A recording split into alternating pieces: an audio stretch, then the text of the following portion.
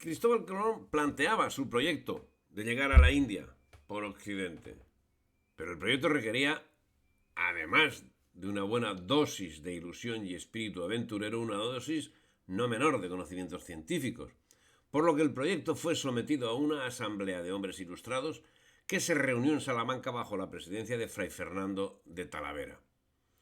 La intervención del inquisidor general, el dominico Diego de Deza, junto a los duques de Medina Sidonia y de Medina Celi, que veían en las exposiciones del aventurero una posibilidad real, fue decisiva para atraer la atención de los monarcas, que dadas sus prioridades del momento no podían atender como debían a Colón y, sin embargo, procuraban que estuviese a su lado. Así con ellos estuvo en el sitio de Málaga y estuvo en el sitio de Granada.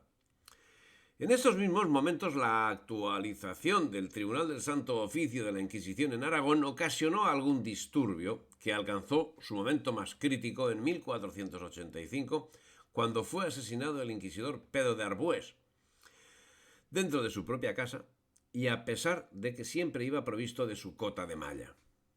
Pero el crimen produjo en el pueblo el efecto contrario al esperado por sus autores.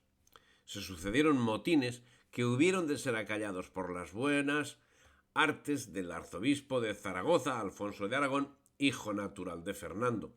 No sin que para calmar la situación hubiese de castigar severamente a quienes fueron considerados responsables del asesinato del inquisidor.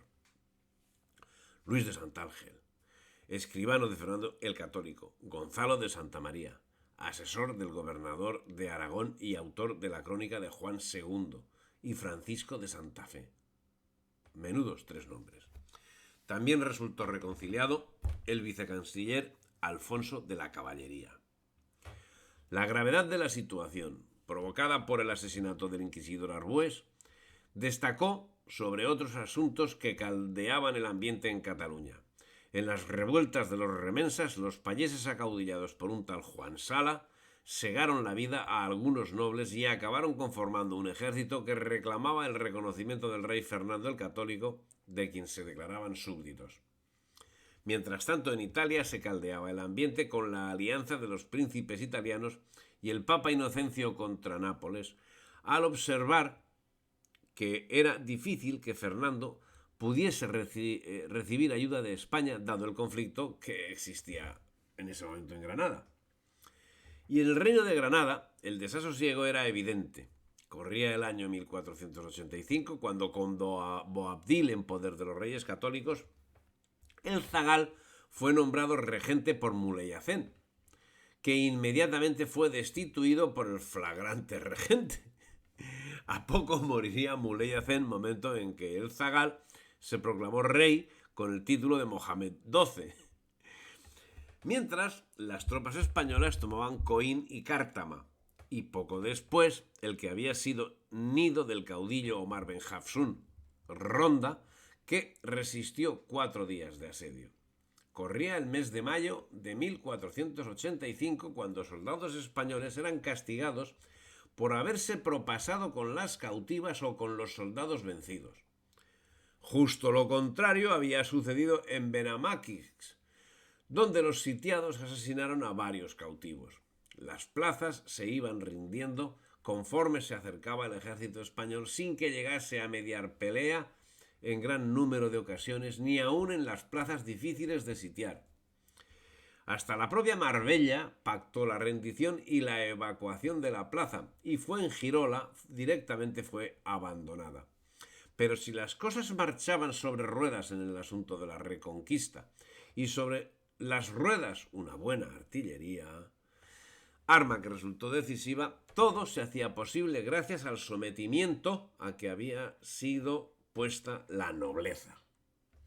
No obstante, aún quedaba algunos flecos que recortar a los nobles.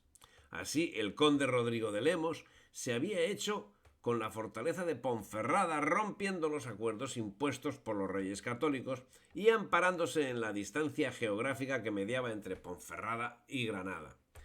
Pero no contó con la actitud decidida de Isabel, que sitió Ponferrada lanzándole un ejército comandado por Rodrigo Pimentel, acérrimo enemigo de los de Lemos. La lucha sería encarnizada. Los asuntos en Cataluña, por su parte, seguían enfrentando a los remensas con los nobles, y en Sicilia crecía la alarma ante la actitud del invasor turco. Si bien la peste vino a aliviar ese asunto, ya que diezmó los efectivos del turco, que se vio forzado a disolver la armada. Pero la peste también se haría presente en España. Una vez liberado Boabdil y después de enconadas luchas entre él y el zagal, su tío se llegó entre los dos a un acuerdo por el que se repartían el reino granadino, correspondiendo a Boabdil la Alhambra y el territorio que se extendía hasta Málaga, y el zagán se quedaba con el Albaicín, Almería y las comarcas inmediatas. El enfrentamiento entre tío y sobrino estaba sembrado. Boabdil se apoyaba en los reyes católicos, que esperaban la oportunidad para tomar el reino de Granada. Pero naturalmente Fernando le hizo conocer su incomodidad por los tratos habidos entre él y el zagal, y le dijo que representaban una coalición contra España a la que debía hacer frente con las armas. Poco después, en 1486, las tropas españolas sitiaban Loja, donde Gonzalo Fernández de Córdoba se distinguió por su bravura. La ciudad resistió con fuerza durante 9 días, pero el empuje del ejército español se impuso abiertamente, por lo que Boabdil animó a la rendición de la ciudad. Del resultado de la batalla, Boabdil abdicaría el título del rey de Granada, entregaría Granada con todas sus pertenencias y castillos, y se le concedería el título de marqués de Guadix si era reconquistada antes de 6 meses, con lo que Boabdil quedaba obligado a combatir a su tío, el zagal. Poco después se reconquistó Íllora, y luego Moclín, Montefrío, Colomera y el Salar, y Granada fue asediada, estando los reyes católicos en primera fila, dando idea de la firme determinación adoptada y garantizando el buen trato a las tropas españolas como a los vencidos sarracenos. Por su parte, la reina Isabel cuidaba que la asistencia a los heridos fuese la mejor posible.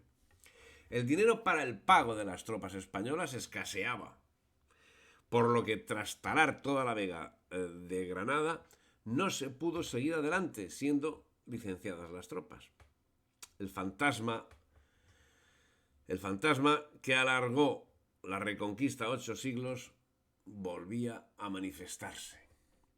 En ese tiempo, el conde de Lemos había obtenido una importante victoria sobre sus sitiadores, y en Italia el Papa Inocencio pergeñaba alianzas con Francia para combatir a Fernando de Nápoles y poner en su lugar al duque de Lorena, al tiempo que los venecianos recorrían en son de guerra la costa catalana. A todo atendió España, enviando una armada en defensa de Fernando de Nápoles, mientras los reyes católicos acudían en persona al frente abierto por el conde de Lemos, lo que ocasionó la defección de todos sus partidarios, que manifestaron haber entrado en la contienda en defensa de los intereses de España, tras lo cual el propio conde de Lemos entregó el castillo de Ponferrada a los reyes. Los asuntos de Italia no llevaron peor derrotero. El Papa Inocencio, harto del estado de anarquía y tiranía en que estaban sometidos sus estados, firmó la paz el 12 de agosto de 1486 con el disgusto de venecianos y franceses. Pero la actitud del Papa, según algún historiador tan contraria a su nombre, había significado el enfrentamiento armado de los principados italianos, haciendo de Italia un totum revolutum que solo beneficiaba a los intereses del turco. Entretanto, Boabdil se enfrentó con su tío para la toma de Albaicín. Entonces el zagal propuso un pacto a Fernando, pacto que no llegó a nada por haberse promovido un motín en la Alhambra. Boabdil tomó el Albaicín y no apoyó a su tío en el cerco que sufría en Málaga, que acabó siendo tomada el 18 de agosto de 1487 tras la victoria sobre el zagal. La toma de Málaga, defendida por Ahmed el Zegrí, resultó la más costosa, dado el carácter de este militar, que no dudaba en ejecutar a quien propusiese la capitulación. Si te ha gustado el vídeo, dale me gusta, difunde y suscríbete al canal.